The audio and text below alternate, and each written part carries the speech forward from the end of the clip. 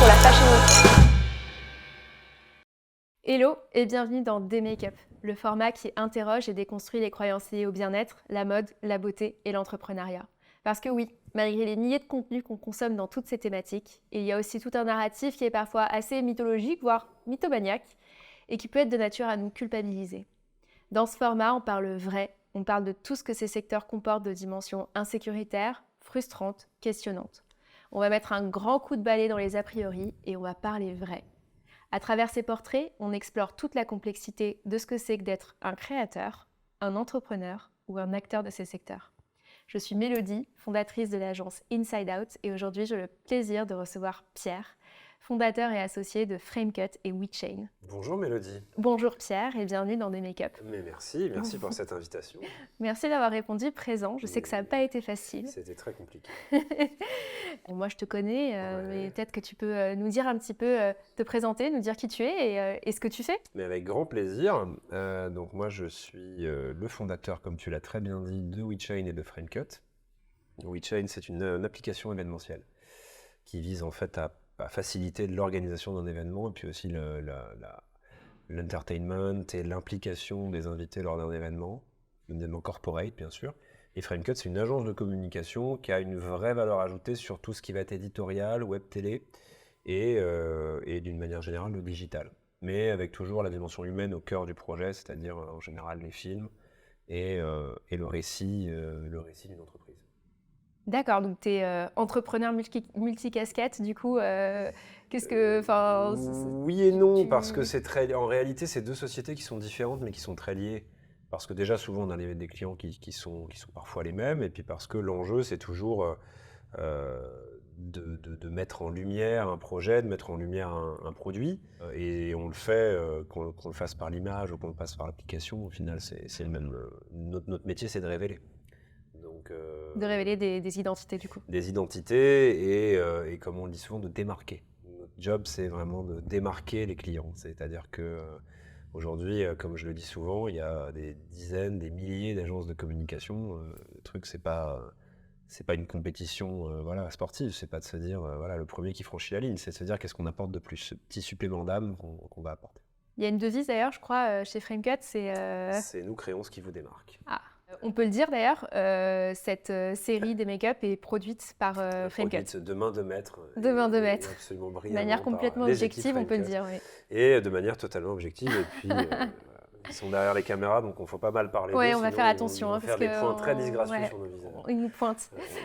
Bon, alors du coup, puisque c'est la tradition, je vais te demander la petite question, comment on s'est connus? Comment c'est connu? Est-ce qu'on dit la vérité? On dit la vérité. Ah, c'est sans filtre. C'est sans filtre? On dit vrai. Okay, bon, ouais. On va dire la vérité alors, ça marche. Alors comment on s'est connus? Alors on s'est connus il y a, je sais pas, plus de 10 ans, je crois. Ouais. Et on s'est connus, en fait c'est ta mère qui nous a présentés. Puisque moi je connaissais ton beau-père, avec qui d'ailleurs j'avais une aventure entrepreneuriale. Ouais, on va en parler. Et du coup on s'est rencontrés comme ça, et bon à l'époque toi t'étais engagé, moi aussi.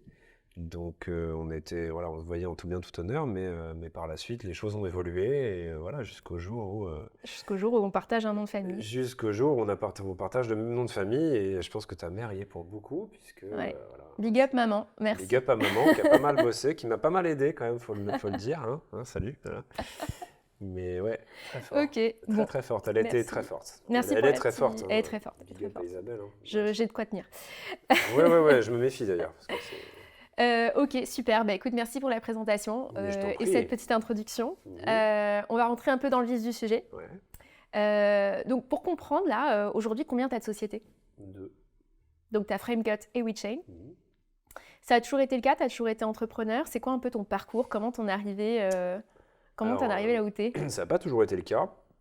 Moi, j'ai fait une formation classique, vraiment fac d'histoire, ensuite fac de com, Sciences Po, option com, donc communication politique. Ouais. Et ensuite, j'ai été salarié. Bon, j'ai commencé chez Havas. Ensuite, je suis parti vraiment en com politique, dans une boîte qui faisait que de la communication politique. Donc ça c'était à peu près 3 ans. Et au bout de 3 ans, c'est la liberté qui m'a manqué. C'est-à-dire que j'avais pas d'idée, j'avais pas trouvé l'idée de génie qui allait me rendre milliardaire, quoi. C'était pas ça l'idée. Mais j'étais incapable de continuer en agence si c'était pas moi qui prenais toutes les décisions. Ok. Il y avait une petite voix au fond de moi, mais c'est vraiment la voix, la petite lumière ou la voix, on l'appelle comme on veut, mais qui me disait faut que tu y ailles toi, faut que tu fonces et puis voilà quoi, saisis le truc et puis on verra. Et puis après tout, bon, à l'époque j'étais beaucoup plus jeune aussi, mais du coup j'avais pas grand chose à perdre. Ouais. Quand tu pars, bon, que t'es salarié, j'avais pas de, voilà, t'as pas d'enfant, j'étais en mode, au pire si je me plante tout seul. Ouais. Donc voilà, donc à l'époque je me suis associé avec une autre personne Et t'es passé du monde du et j'ai monté salariat à ma première boîte, l'entrepreneuriat, ouais, quoi. c'est T'as ça. monté ta première boîte, ça s'est fait Ouais. rapidement, t'as pris la décision et Ça t'as s'est mis fait les choses très en vite. place Ça s'est fait ouais. très vite. Ouais. En fait, ça s'est fait comme ça. Je pense que tu le sais au fond, tu le sais toujours. J'ai toujours caressé un peu cette envie-là. Et puis un jour, ça s'est fait, quoi. J'ai la décision, elle part. On se dit, allez, on y va. On part avec un client et demi, tu vois. Enfin, c'est Ouais. vraiment à l'arrache, quoi. Mais ouais, c'était sympa. Ok. Ça n'a pas été Super. facile, mais ça t'apprend beaucoup, beaucoup, beaucoup, beaucoup plus vite. Oui, après, on peut dire, il y a des gens qui savent, enfin, qui ont toujours conscience qu'ils vont monter une boîte, qui vont être entrepreneurs, qui vont être à leur compte. Moi, je sais que ça n'a pas été mon cas. Moi, je pensais que j'allais finir ma vie salariée dans une boîte pour être complètement transparente. Moi, je me voyais chez Chanel et j'allais finir. Et je savais en fait ma grille et je savais mon chemin et je savais que je voulais faire ça. Et ce qui est très drôle, c'est que quand j'étais en école de commerce, on nous fait des tests un peu, tu sais, de couleurs. Est-ce que t'es bleu, jaune, Ouais, je vert, connais, ouais. voilà. Ouais. Parmi toutes les couleurs, moi, ce qui est ressorti du test, c'était le côté entrepreneurial. Et à l'époque, moi, j'étais dans une école d'entrepreneurs. D'ailleurs, ça s'est peut-être pas fait par hasard, mais du coup, à l'époque, j'ai pas vu le lien. Et Ouais, mais en fait, il y en avait un. hein En fait, il y avait un lien. en fait, il y avait un lien. Ouais, Et bah en oui. fait, ils me sortent ce truc en me disant, Mélodie, tu vas être, t'es une entrepreneur née. Et Ouais. moi, je dis, non, mais pas du tout. Moi, je vais être salariée, je vais bosser chez Chanel toute ma vie. Et je vais finir en top management. Et bon, au final, aujourd'hui, ça s'est pas du tout passé comme ça et les choses ont fait. Mais toi, tu savais déjà, quand tu Non. étais salarié, que tu allais être Non, ton... c'est pas ça. C'est que je savais que ça arrivait vite, si tu veux, le déclic. Mais je le savais pas avant de commencer. Moi, je crois, alors, si vraiment je suis honnête à 100% avec moi-même, je pense C'est le que but. si j'avais eu vraiment, le job de mes rêves, on va dire, quand j'étais salarié, je pense que je le serais resté. C'est-à-dire que si vraiment je suis à 100% honnête avec moi, je pense que j'ai commencé à être entrepreneur quand je ne trouvais pas ce que je cherchais Dans le salariat. chez mes employeurs, en fait. Mm. Et où j'étais frustré par une décision avec laquelle je n'étais pas en accord, parce que j'estimais que ce n'était pas comme ça qu'il fallait faire, par un environnement qui me plaisait pas tant que ça, qui me conditionnait pas forcément à me sortir le meilleur de ce que j'avais. Et en réalité, tu vois, c'est ce qu'on dit toujours, c'est une phrase, enfin c'est un modèle de pensée très américain, de se dire, une entreprise, elle comble toujours en fait un manque dans un marché. C'est la pain, hein, comme on dit. Ouais. Quand tu crées un nouveau produit, il faut qu'il manque à quelqu'un, sinon ton produit sert à rien. Et d'une certaine façon, moi, il me manquait quelque chose. Et en fait, c'est peut-être, tu vois, si on est dans un monde un peu utopique, peut-être que j'aurais pu trouver une boîte avec des associés où je me serais super bien entendu, et peut-être à la fin, je serais resté dedans, j'en sais rien. Mais en tout cas, ça m'est pas arrivé. Et donc, si tu veux... Et t'as croisé depuis des boîtes comme ça qui auraient pu remplir cette... Tu sais jamais, ce manque parce chez que toi ce que tu vois chez les clients, même des boîtes de mes clients avec qui je m'entends super bien, avec des équipes où on s'entend super bien, on bosse avec la com, avec tout ça, Ouais. Tu sais jamais ce qu'ils vivent vraiment. En réalité, tu bosses avec eux, mais ce qu'il y a derrière le miroir, ce qu'il y a derrière la façade, c'est compliqué quand même de voir comment humainement... Attends, t'es pas dedans, oui, c'est sûr. Ouais, comment ça se passe humainement, comment ça se passe au niveau des égos, comment ça se passe au niveau de tout un tas de trucs. Et si j'avais eu peut-être ça, peut-être que j'aurais pas été. Moi, c'est venu d'un manque. C'est-à-dire que c'est Et donc, t'as pris j'ai ton comblé les ce choses en main et manque-là t'as en comblé fait, en le avec faisant tout. moi-même. Je me suis dit, bon, je trouve pas forcément en fait, ce qui, moi, me fait vibrer, je le trouve pas dans un job de salarié. Donc tant pis, je vais le faire autrement en fait. Et du coup, t'as monté WeChain et Framecut ou t'as eu quelque chose... Comment ça Non, s'est j'ai passé? monté d'abord une boîte qui s'appelait l'agence Alter, Ouais, qui était une agence de com, qui faisait du web, du film principalement. ok. Et puis, c'est une boîte qui a vécu sa vie tranquillement, qui a eu ses jolis moments, qui en a eu des plus compliqués. Et puis, bon, après, c'est une boîte qu'on a fermée d'un commun accord avec mon associé de l'époque. Ok. Et puis voilà, donc après, j'en ai remonté une autre qui était Framecut. Et en fait, voilà, celle-là, c'était un peu plus la bonne. Et du coup, sur ta première expérience entrepreneuriale, on va dire, tu dirais que c'était une expérience qui t'a permis de savoir ce que tu voulais. Quelles leçons t'en as tirées? Bah, la première leçon, c'est que c'est qu'en fait, il n'y a pas d'échec réel dans l'entrepreneuriat. C'est-à-dire que en fait, l'échec, c'est de ne pas essayer. Si tu essayes pas, tu n'échoueras pas. Donc il y a la plupart des gens, mais dans tout, hein, dans le sport, dans un paquet de trucs, il y a la plupart des gens, ils ont juste peur de tomber. Ils ont peur de la chute comme un enfant. Un enfant, il faut qu'il tombe à un moment. Pour qu'il comprenne ce que ça fait en fait. Si tu lui dis tout le temps, tu le retiens avant qu'il tombe, il ne va pas appréhender la chute. C'est un peu pareil avec une entreprise, avec plein de trucs, avec un projet, même avec le couple. Il faut se planter un moment. Mm. Si jamais tu te plantes pas, tu sais pas en fait où ça va, jusqu'où tu es capable d'aller, où est-ce que tu es bon, où est-ce que tu n'es pas bon, qu'est-ce qui a fait que tu t'es planté pour pas que tu te replantes, etc. Qu'est-ce que tu veux, est-ce que tu veux plus? Ouais, et puis là où tu vois, là où tu Les vas affiliés. sentir le marché, et les gens, l'humain, parce que tout ça c'est une affaire d'humain à la fin. Bien sûr. Et il y a eu tout un ensemble de trucs qui a fait que cette première boîte, elle a pas marché, foncièrement, on peut le dire, on l'a plantée, la boîte. Hein. Ouais. Et j'en ai pas du tout honte, c'est que c'était comme ça, il fallait que j'apprenne, il fallait que je comprenne aussi certaines choses, il fallait que je trouve mon market fit, il fallait que je trouve aussi moi ma vraie valeur ajoutée, il fallait que je trouve comment, voilà, j'ai tout appris sur le tas. On va en parler d'ailleurs de ce market fit juste après. Ouais. Mais il y a un truc hyper intéressant, enfin je sais pas si tu connais la légende, d'ailleurs pour rejoindre un peu ce que tu dis, la légende de 7-Up. Non. Pourquoi 7-Up s'appelle 7-Up?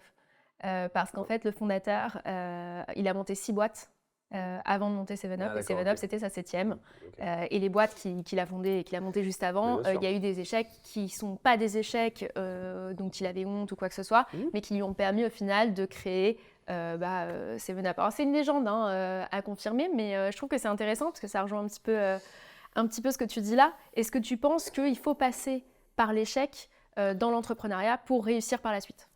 C'est tout relatif la notion d'échec, ça dépend ce que tu appelles l'échec. Si l'échec c'est quelque chose qui t'empêche de faire autre chose derrière, non. Mais si l'échec c'est juste une petite, à un moment donné un petit accro ou juste une petite vexation et tu dis bon ça je l'ai pas réussi, pas grave.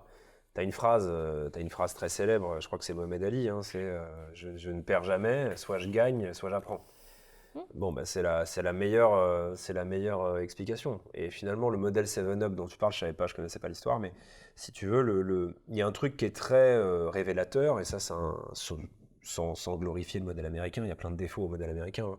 Mais ils ont une grande qualité, les Américains, c'est qu'en fait, ils ont une vraie valorisation des échecs. Alors qu'on les voit, nous, avec notre prisme français, occidental, enfin pas occidental, mais européen, on se dit, ouais, ils sont dans la réussite, le win, etc. C'est assez faux. En réalité, d'ailleurs, les investisseurs américains, avant d'investir dans une boîte, tu arrives devant les investisseurs, ils te disent combien vous avez planté de boîtes. Et si tu réponds j'en ai jamais planté, c'est pas bon. C'est un tracker positif pour eux. Pour eux, c'est très positif que tu aies planté 2-3 boîtes. Parce que pour eux, en fait, tu as déjà appris énormément. Ouais. Voilà. Alors qu'en France, tu vas voir un investisseur, ou pire, une banque, parce que là, voilà, si tu as planté un truc, si tu veux, pour eux, t'es tricard, quoi. Alors qu'en réalité, tu peux pas connaître si jamais tu t'as pas à un moment donné, tu n'as pas envoyé un truc dans. Voilà, pas à mon sens. Après, il faut le faire mesurément. Il faut pas s'obstiner dans un échec. C'est ça. L'échec, c'est ça aussi. C'est s'obstiner dans une connerie. Mais il faut essayer. Et après c'est des itérations. Et après, tu ne referas pas ces erreurs-là. Et quand tu ne les refais pas, ça cartonne. Et justement, pour toi, c'est quoi ce shift? À quel moment il se fait? Quand tu es dans une aventure entrepreneuriale, bon, tout ne peut pas se passer comme ça. Tu vas nous en parler peut-être, je ne sais pas comment c'est passé avec WeChain, avec Framecut, qui aujourd'hui sont des boîtes à succès. Comment ça s'est passé? Est-ce que ça s'est fait rapidement? À quel moment tu as un tracker ou un shift qui se fait en te disant, bon, allez, je continue dans cette direction, ou alors non, il faut que je m'arrête là? Moi, je crois beaucoup à l'instinct, c'est-à-dire qu'à un moment, tu le sens. C'est-à-dire qu'en réalité, quand tu regardes dans le rétro, après avoir, je sais même, tu prends un exemple dans les relations humaines, avec une amitié qui ne marche pas, ou un couple qui se casse la gueule, tu regardes dans ton rétro, tu l'as toujours su en fait. Il n'y a pas eu de surprise, un moment tu dis oh mon Dieu, en fait non, tu l'as toujours su, c'est juste que tu voulais pas le voir. Et dans les entreprises c'est pareil, c'est-à-dire qu'en fait parfois tu t'obstines sur un projet et il y a un des 3 pieds de la table qui marche pas. L'association elle est pas bonne parce que ça fit pas dans le même sens, l'associé regarde dans un autre sens, toi tu regardes là. Il y a un problème de marché, il y a un problème d'équipe, il y a un problème de timing, il y a un problème de... Et en fait, tu veux pas le voir parce qu'on a cette capacité, les humains, à se mentir à soi-même, en fait. Et c'est ça un des vrais enseignements, pour moi, la plus grande force d'un entrepreneur, c'est d'arriver à pas se mentir. Ouais. C'est d'arriver à se dire, là, mon gars, tu vas dans une mauvaise direction, là, t'es pas bon, et en fait, arrête de croire que t'es bon là-dedans, t'es pas bon là-dedans, ou arrête de croire que ça va marcher. Il faut arriver à décorréler en fait l'envie, la pulsion de ce que tu es capable de faire avec. Il y a une question d'humain, tu en as parlé, il y a aussi une question de marché, on parlait du market fit tout à l'heure.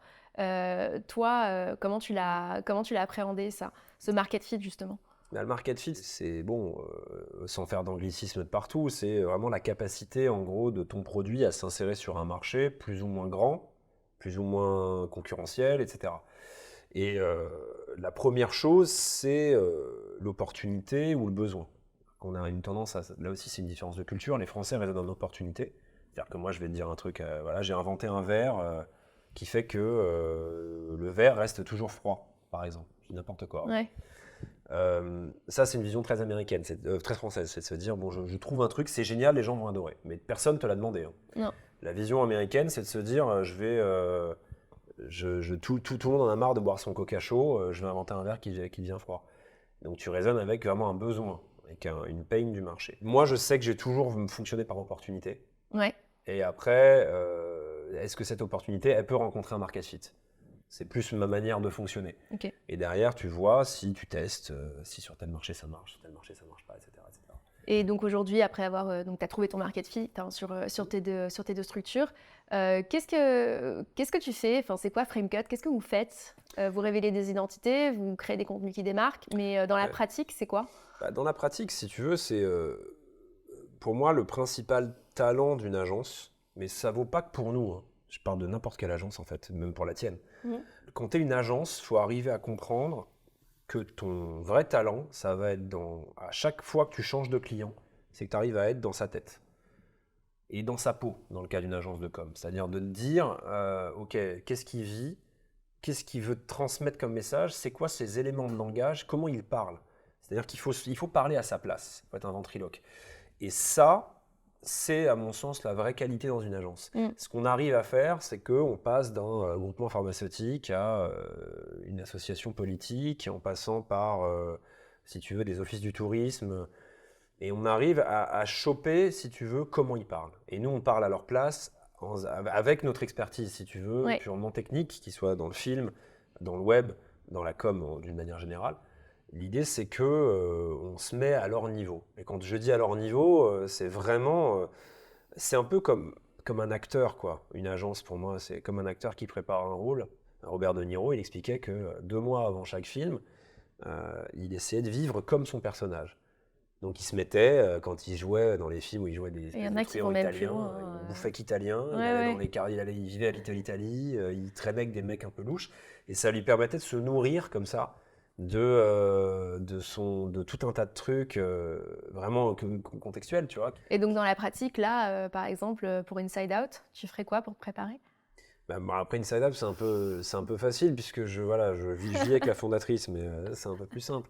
Mais d'une manière générale, c'est du boulot en fait, c'est du travail, c'est juste du travail, et c'est un talent des équipes d'arriver il y a une forme de mimétisme, à se dire ok, on se met à leur place, on observe comment ils fonctionnent, comment ils raisonnent, quel est leur portrait, il faut comprendre, il faut les connaître, il faut aimer les gens.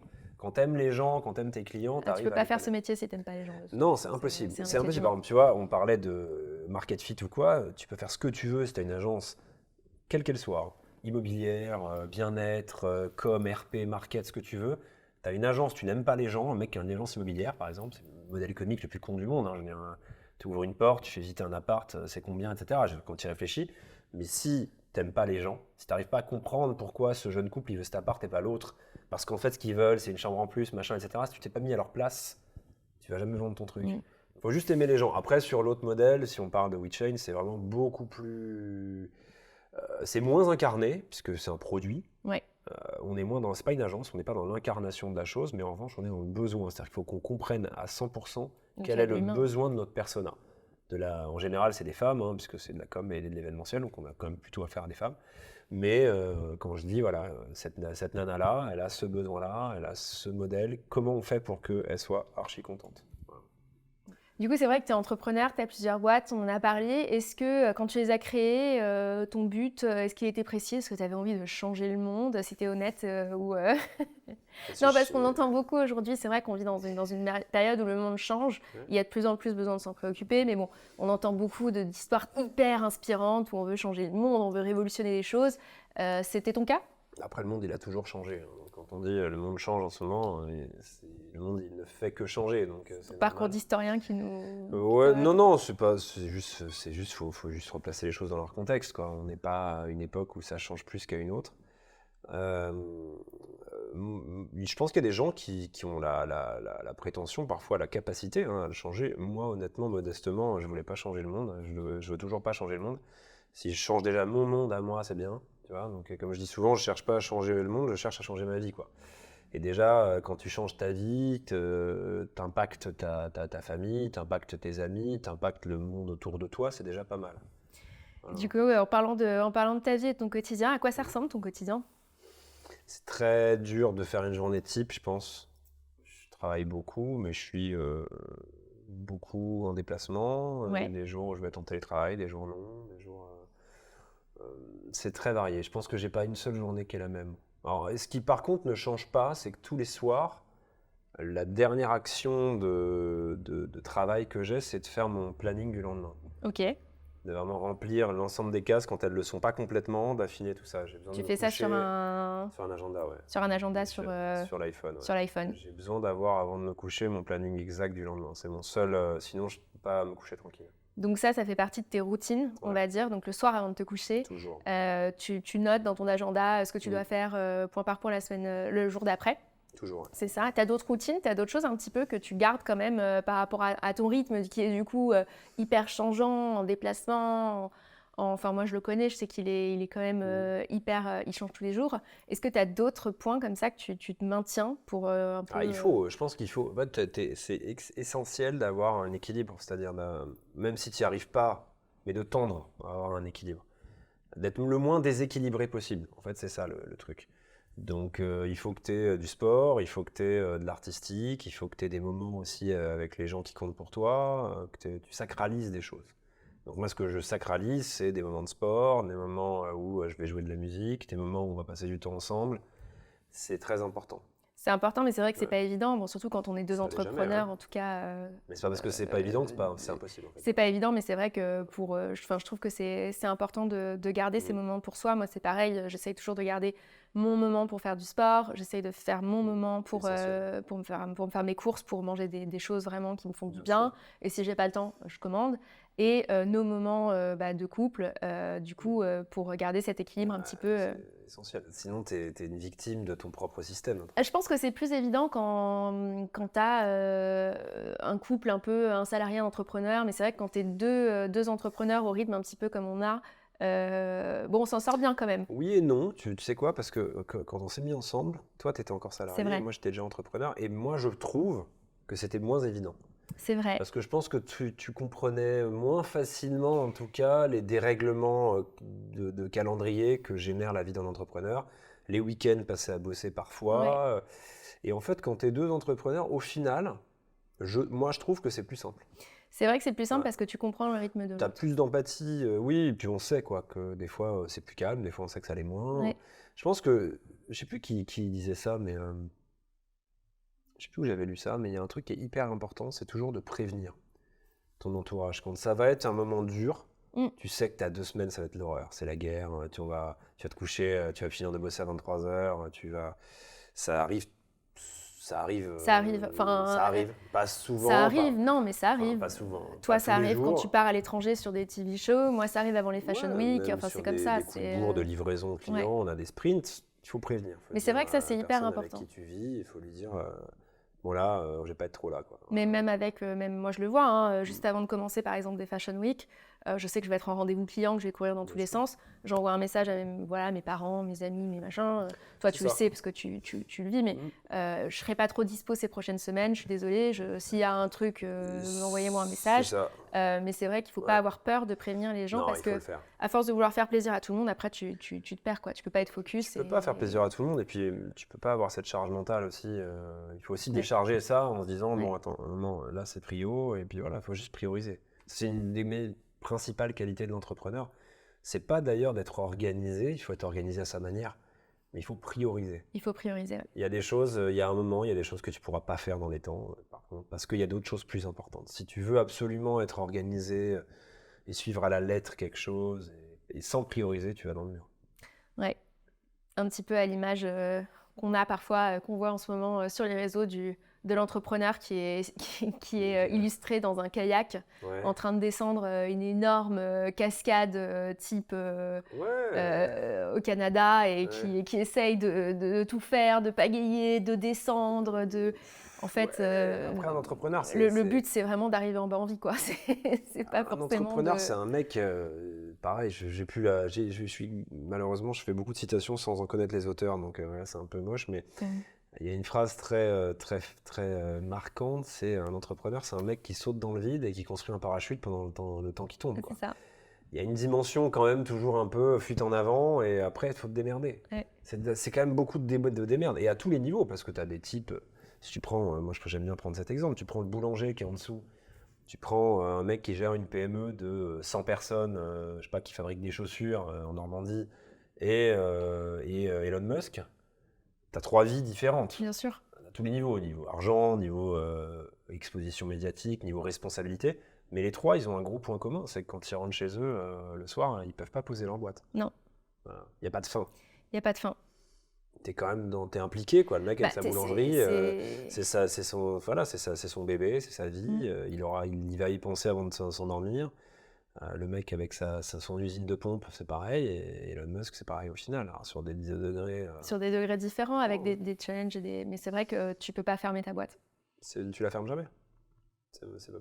Mais tu as des moments d'évasion quand même. Tu as des moments un peu. Voilà, ça. Et justement, on va en venir. Toi, c'est quoi tes moments? T'en parlais tout à l'heure, l'artistique, le sport. Ouais, moi, c'est vraiment la guitare, le sport, quand je vais à la salle ou quand je vais boxer. Ou voilà, là, j'oublie complètement. Le couple, les amis, c'est des Les basses relations scènes, en fait. sociales. Les relations sociales, avoir des amis hyper forts, un couple structuré, prioritaire, du sport, essentiel, c'est pour sa santé mentale et pour sa santé physique. Ouais. Bon, pour moi en tout cas, mais il y a des gens c'est autre chose, mais pour moi c'est l'artistique un petit peu. Ouais. J'ai une question, là, du coup, au sein de tes boîtes. Bon, tu as des clients, tu en as pas mal de secteurs variés. Est-ce que tu dirais que, bien que les secteurs soient variés, tu as des clients qui te ressemblent? Ouais, c'est marrant ça, mais je pense que tous mes clients, enfin, je sais pas qu'ils me ressemblent, mais en fait, on a des points communs, mais ça, c'est un peu la loi de l'attraction, quoi. C'est ça, la loi de l'attraction entrepreneuriale. Mais la loi de l'attraction, elle est partout, en fait. Elle est partout, mais dans l'entrepreneuriat, en tout cas, dans les relations humaines, dans les couples. dans les relations, tu attires ce que tu es. Mais je trouve que t'es. c'est intéressant de le mentionner au niveau entrepreneurial, parce que c'est vrai que bien que tu puisses avoir des clients dans divers secteurs, enfin moi je sais que c'est le cas, j'ai des clients dans la mode, j'ai des clients dans la beauté, j'ai des clients dans le bien-être. Il y a quand même des points communs qui se dégagent souvent. Bien sûr. On a des clients qui nous ressemblent. Ouais, qui deviennent des amis d'ailleurs. Qui deviennent, Moi, ouais, parce que... on en parlait l'autre jour, comme ça en off, mais je veux dire, on avait, enfin, respectivement, à notre mariage, on avait des clients. Ouais. Et que c'était pas parce qu'ils étaient des clients qu'on les avait invités, si tu Non. veux, c'était parce que c'était devenu des amis. Et c'est devenu des amis parce qu'en fait, on a des atomes crochus, et c'est ces atomes crochus qu'on fait qui sont devenus tes clients. Et au final, qu'après, à force de bosser ensemble, et c'est pareil avec les collaborateurs, quoi. Au final, avec les gens avec qui tu bosses au quotidien, il y a aussi une loi de l'attraction. Ouais. On attire toujours ce qu'on est un peu, et inversement, on repousse aussi ce qu'on n'est pas. Ouais. Moi, je me rends compte qu'il y a des gens que j'ai pas, et des profils, ou alors ça dure pas, quoi. C'est-à-dire qu'on fait un petit bout de chemin ensemble qui est très court, et puis bon, après, on se sépare, quoi. Mais c'est ça qui est intéressant, parce que du coup, tu as quand même ce choix. Quand tu es dans l'entrepreneuriat, moi je fais le lien parce que quand j'étais salariée, j'avais pas le choix. J'avais pas le choix de travailler avec des clients, j'avais pas le choix de travailler avec des collaborateurs. Et aujourd'hui, quand tu es indépendant, tu as le choix. Et moi, ça m'est arrivé, c'est très dur de dire non, mais aux personnes qui sont justement, qui viennent... et il faut, en fait, et c'est une obligation. Et c'est intéressant parce que quand tu es entrepreneur, que tu as ta boîte, que tu dois... Voilà, hein, on va pas se mentir, on fait ça pour le plaisir parce que c'est quelque chose qui t'anime, mais tu fais ça aussi quand même pour gagner ta vie, bien manger. Et si tu veux dire non à un client, c'est quand même très compliqué, mais il faut savoir le faire, quoi. Mais tu vois, de ça te planter une première fois, ça t'apprend qu'il faut le faire, ça. Parce que typiquement, tu peux planter une boîte à cause de ça. Parce qu'en fait, un client qui ne te ressemble pas, qui devient toxique, le client toxique, que tu n'arrives pas à satisfaire, que tu satisferas jamais en fait, parce que vous n'êtes pas alignés. Et toi, ça te renvoie une mauvaise image, ça te prend un temps dingue. Lui, il n'est pas satisfait. Donc au final, si tu veux, il faut savoir dire non aux gens avec qui tu n'as rien à faire en fait. Comme, je veux dire, au début, quand tu es enfant, tu veux être ami avec tout le monde. Et puis en fait, après, tu te rends compte que ça ne sert à rien. Ça Tu vois. continue parfois aussi dans la vie Et d'adulte. au lycée, tu as 200 amis, tu vois. Et Ouais. puis en fait, 20 ans après, tu regardes et tu es content d'en avoir, tu comptes sur les doigts d'une main. Mais c'est ça, les vrais amis. Bah, c'est pareil après. C'est parce que tu as appris à faire le tri, tu as appris à dégager des gens. Et Tu peux l'apprendre par des échecs ou tu peux l'apprendre mais aussi il y a par... des échecs dans les relations humaines. Tu as des gens avec qui tu t'es. Voilà, ça fitait plus, et puis c'est tout. Mais c'est pas des vrais échecs, c'est des échecs sur le moment. C'est des échecs sur le moment. Mais au Mais ce finish, passage c'est du bon. est... Là, le but est le bon, mais le moment où tu dis non à ton client, alors que bah, tu en as besoin aussi Ouais, mais ça fait du bien. d'être là, C'est il est fabuleux. très compliqué à passer, mais c'est vrai qu'une fois qu'il est passé, Attends. c'est vraiment... c'est libérateur en Une fait. fois que tu l'as fait, tu t'es plus le même. Et c'est Ouais. ça aussi la liberté de... On parle beaucoup de liberté et de sécurité quand on compare l'entrepreneuriat au salariat. Mhm. La liberté de pouvoir travailler avec qui tu veux, c'est quand même C'est essentiel. c'est essentiel. Après, Mais ça vient avec beaucoup d'insécurité, évidemment. Mais ça vient avec c'est une la- certaine insécurité, et puis je Il y a pense des qu'il y a des avantages et des inconvénients. secteurs d'activité où tu peux pas, et à mon avis. C'est-à-dire que là, moi, je parle dans mon cas, dans le tien aussi. C'est des structures, des petites structures hein, aussi. Ouais. Hein. Et donc c'est peut-être plus simple quand tu es une petite structure d'arriver comme ça à naviguer. Il y a des boîtes. Le mec, je dis une bêtise, mais le mec qui est fournisseur, qui fournit les boulons pour Airbus, qui est prestataire, qui est monoclient en fait. Hein. Il a un client, c'est Airbus. Quoi. Boulonnier, du coup. Non, mais je sais pas comment on appelle ça. Mais le mec, est-ce qu'il peut dire non à Airbus alors que Airbus lui fait qu'il peut payer ses 50 salariés tous les mois. Ouais, Bon. mais du coup, est-ce qu'il il a pas justement, en ayant ce monoclient un petit peu qui fasse la plus grosse partie de son chiffre d'affaires, un petit déséquilibre à ce niveau-là J'ai jamais eu à gérer ça, mais Ouais, je ça sais doit être pas. compliqué à gérer. Après, Voilà, quand t'as un là tu es dans un cas de monoproduit. figure où tu peux pas. Ouais. Et c'est pour ça que bon, après, on t'apprend, d'ailleurs, les anciens t'apprennent toujours, ils te disent quand t'as qu'un seul client ou quand t'as un client qui représente plus de 40% de ton CA, c'est pas bon. Non. Et c'est vrai, c'est très dangereux. Voilà. Bon, ok. J'ai une question. Mhm. Est-ce qu'il y a une phrase Ouais. que tu ne veux plus entendre sur l'entrepreneuriat? Une phrase que je veux Quelque plus chose qu'on entendre. dit que tu...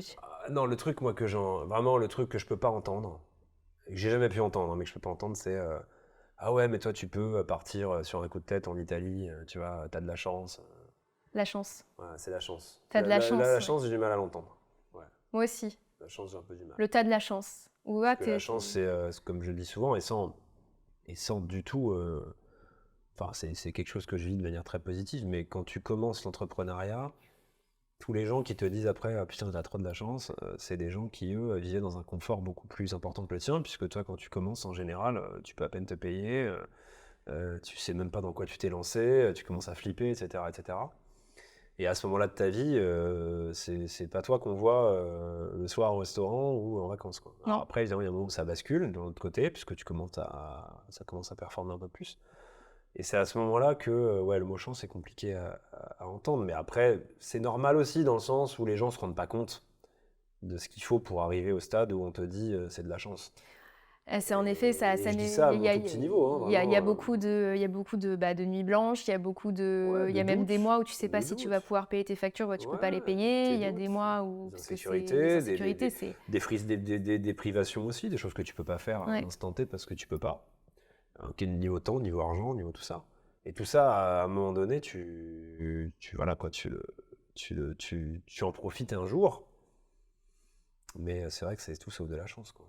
Tu dirais donc que l'entrepreneuriat c'est pas une chance, c'est un destin non. conscrét? Ouais, c'est jamais de la chance, l'entrepreneuriat. Tu peux pas, enfin rien n'est jamais de la chance d'ailleurs. Je veux dire, la chance, pour moi, ça n'existe pas. Hein. C'est-à-dire que c'est pas un mot que j'emploie en fait. La chance, tu la provoques en fait. Soit tu la provoques, soit tu la crées, Ouais. mais ça n'existe pas. Ok.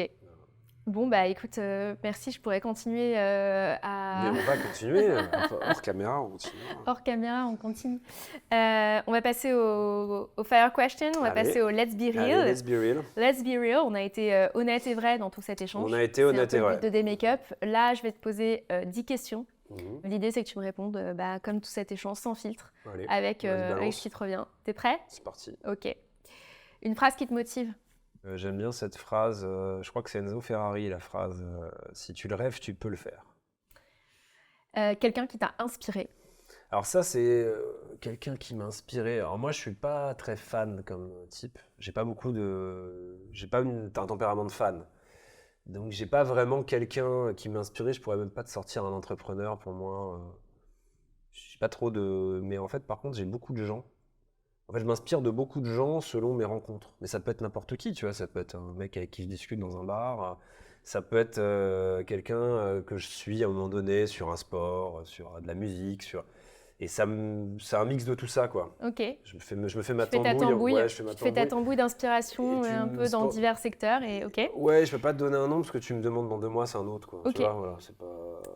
Ok. Est-ce que tu as une potion magique, un secret pour tenir le rythme? Le secret, c'est le sport. Ton secret, c'est le sport? Ouais. C'est ce qui te permet de... Pourquoi? Que le corps, il a son rythme, du coup, comme ça. Le problème, c'est qu'on est dans des métiers... Enfin, moi, je suis dans un métier, en tout cas, qui est quand même très cérébral et qui est très bureau, hein, on va se parler franchement.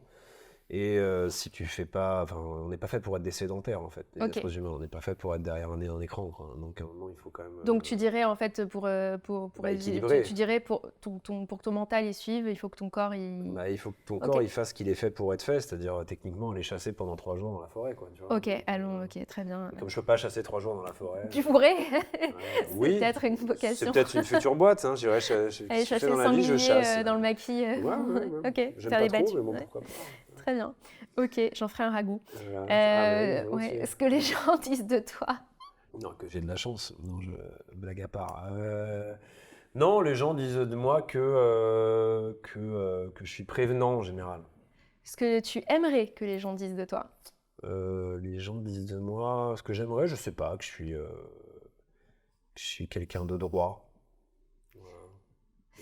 Est-ce que tu es plutôt coffee addict ou tea lover? 200% coffee. Malheureusement. Une pièce de ton dressing dont tu ne te sépares jamais. Je sais pas, je dirais un jean brut. De chez quelque chose, une marque? Je sais pas. Sois honnête, c'est sans filtre. Si je suis honnête, je sais pas, comme pas mal de trucs de mon dressing, dans un bon vieux Ralph, c'est très bien. Ouais. Quelque chose dans ta trousse de toilette, ton must dont tu ne te sépares pas. Crème hydratante. Crème hydratante de chez Ouais. Ce truc, La Roche-Posay, non, je crois. La Roche-Posay, oui. Ouais. Est-ce que tu as un petit mot de la fin? Un petit mot de la fin, manger les pommes, comme dirait Jacques Chirac. Non, je sais pas, mot de la fin. Un mot de la fin, putain, lancez-vous, quoi. Tu vois, ceux qui se posent la question, faut se lancer, les gars. Faut se lancer. L'échec, c'est de pas essayer. L'échec, Voilà. c'est de pas essayer. C'est ça C'est le mot de la fin. C'est le mot de la fin. Oui. Allez, c'est le mot de la fin, c'est l'échec, c'est de pas essayer. L'échec, c'est de pas essayer. Super. Propre. Merci en tout cas Mais d'avoir merci à pris le toi. temps d'être là, de répondre à mes questions. Pour ceux qui ne connaissent pas WeChain ou FrameCut, Ouais. du coup, vous pouvez aller Vous faites sur une mon grave site. erreur si vous Vous connaissez faites pas. une grave erreur et vous pouvez aller tout de Viendez. suite checker le Viendez, site internet. Exactement. Merci Pierre d'être venu dans des Merci. make-up. Merci à toi.